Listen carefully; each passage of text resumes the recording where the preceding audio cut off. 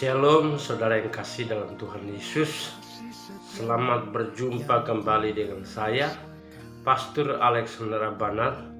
Saya mengucapkan selamat tahun baru bagi kita semua.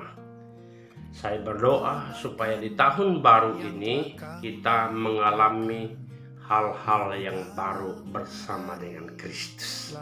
Nah, saudara yang kasih dalam Tuhan, saya mau sampaikan pesan Tuhan di tanggal 1 ini, di tahun yang baru ini, bahwa dengan tema tahun 2023 adalah tahun kasih karunia. Katakan amin.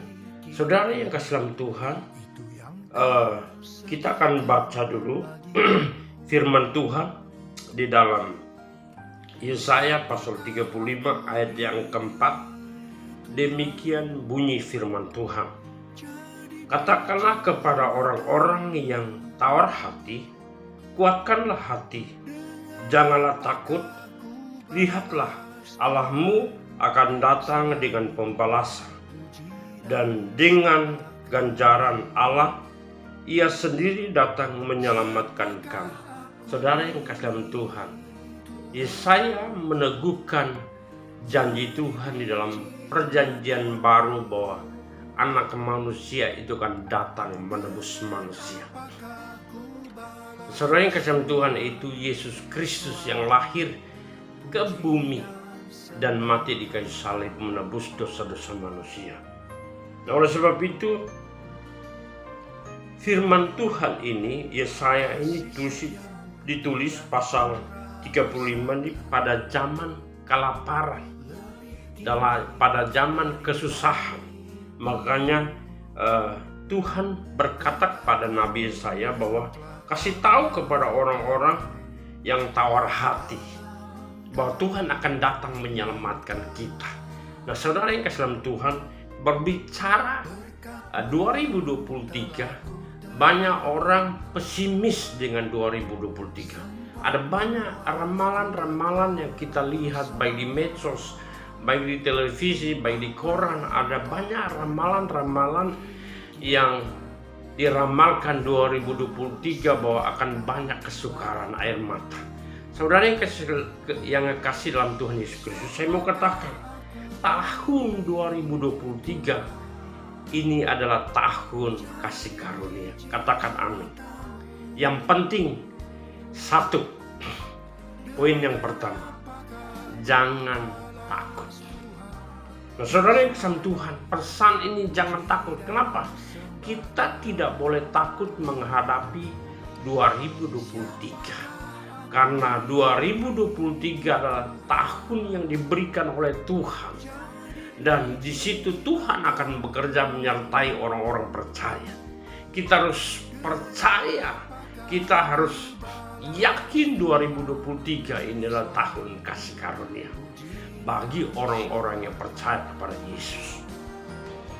Pesan pertama, jangan takut, jangan tawar hati, jangan pesimis, jangan cemas. Tahun 2003 tetap ada penyertaan Tuhan. Kita buka dalam Yosua pasal yang pertama ayat yang ke-9. Yosua pasal yang pertama, saudara kita buka Alkitab kita. Yosua pasal yang pertama ayat yang ke-9. Demikian bunyi firman Tuhan. Bukankah telah kuperintahkan kepadamu, kuatkan dan teguhkanlah hatimu, janganlah kecut dan tawar hati, sebab Tuhan Allahmu menyertai engkau kemanapun engkau pergi. Nah, saudara, pesan Tuhan kepada Yosua, pada umat Israel, jangan takut. Ya, pesan Tuhan kepada bangsa Israel, kepada Yosua, pada bangsa Israel, Allah berkata, aku menyertai engkau. Jangan takut, jangan gentar hatimu, jangan kecut dan tawar hati, sebab Tuhan Allahmu menyertai engkau. Dan saudara yang kasih Tuhan, pesan ini juga pesan untuk kita semua, bahwa di 2023 ini kita tidak perlu takut, kita tidak perlu tawar hati, kita tidak perlu cemas, karena Tuhan Allah yang sama menyertai kita. Dia Immanuel, Allah beserta dengan kita. 2023 ini tahun kasih karunia, artinya tahun kemurahan Tuhan akan turun kepada orang-orang percaya. Saudara yang kasih Tuhan, pesan Tuhan ini yang pertama, supaya kita nggak boleh takut. Dunia boleh takut dengan macam-macam ancaman, macam-macam ramalan-ramalan yang ada, tapi kita tidak perlu takut karena Allah beserta dengan kita. Katakan amin. Saudara yang kasih Tuhan, itulah yang Tuhan pesankan. Jangan takut, jangan pesimis, karena takut itu melemahkan iman kita. Karena takut itu akan menggerus iman kita sehingga habis harapan, hilang harapan, hilang kesuksesan dalam hidup kita. Saudara yang kasih Tuhan, inilah pesan yang penting. Jangan takut hadapi 2023. Karena 2023 ini tahun kasih karunia, tahun di mana Tuhan akan bekerja lebih luar biasa, menyatakan kasih-Nya kepada anak-anak-Nya. Katakan amin. Yang kedua, percaya saja. Saudara percaya dengan 2023, dengan apa yang Bapak Ibu Saudara kasih dalam Tuhan jalani. Percaya dengan Tuhan yang kita sembah. Percaya saja bahwa rancangan Tuhan untuk orang percaya bukan rancangan kecelakaan. Katakan amin. Tapi rancangan masa depan yang penuh harapan. Rancangan masa depan termasuk 2023 dari Januari sampai ke Desember. Saudara, kita harus hadapi dengan apa? Dengan percaya. Inilah modal.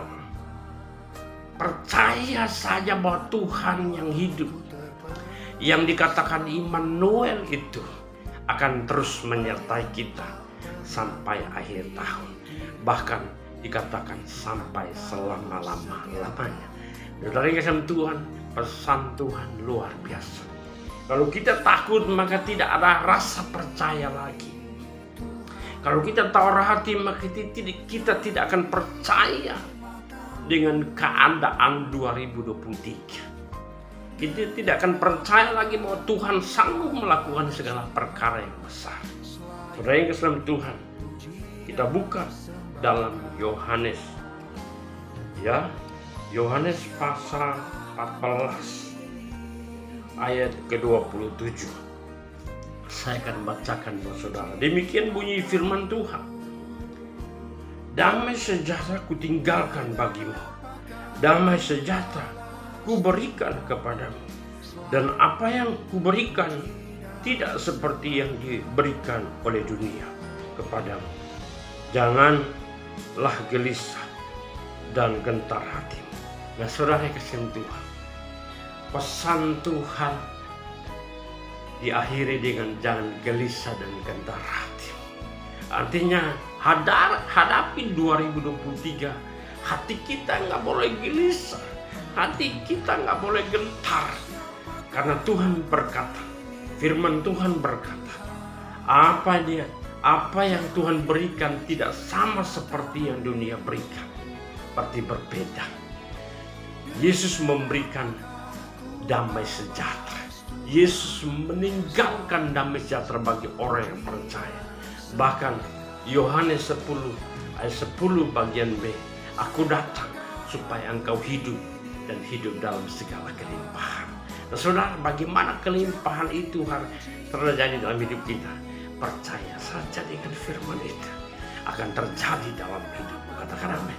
Saudara yang kasih dalam Tuhan, ini pesan Tuhan bahwa apa yang ditinggalkan Tuhan, apa yang diberikan Tuhan itu penting bagi orang-orang percaya. Oleh sebab itu kita harus percaya bahwa firman Tuhan ya dan amin. Bahwa hidup kita di 2023 akan mengalami peningkatan. Kebutuhan hidup kita, omset kita akan semakin naik bukan turun. Semua penghasilan kita akan semakin besar. Nama Tuhan dipuji, dipermuliakan. Saudara yang kasih dalam Tuhan, itu dari poin yang kedua. Poin yang ketiga, saudara yang kasih dalam Tuhan, di sini saya tulis di sini dikatakan yakin, saya yakin. Artinya hati saudara, jiwa saudara harus yakin dengan 2023.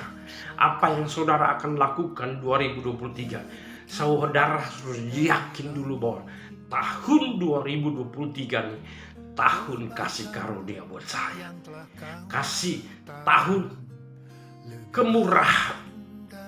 Tahun dimana aku mendapat hasil yang maksimal.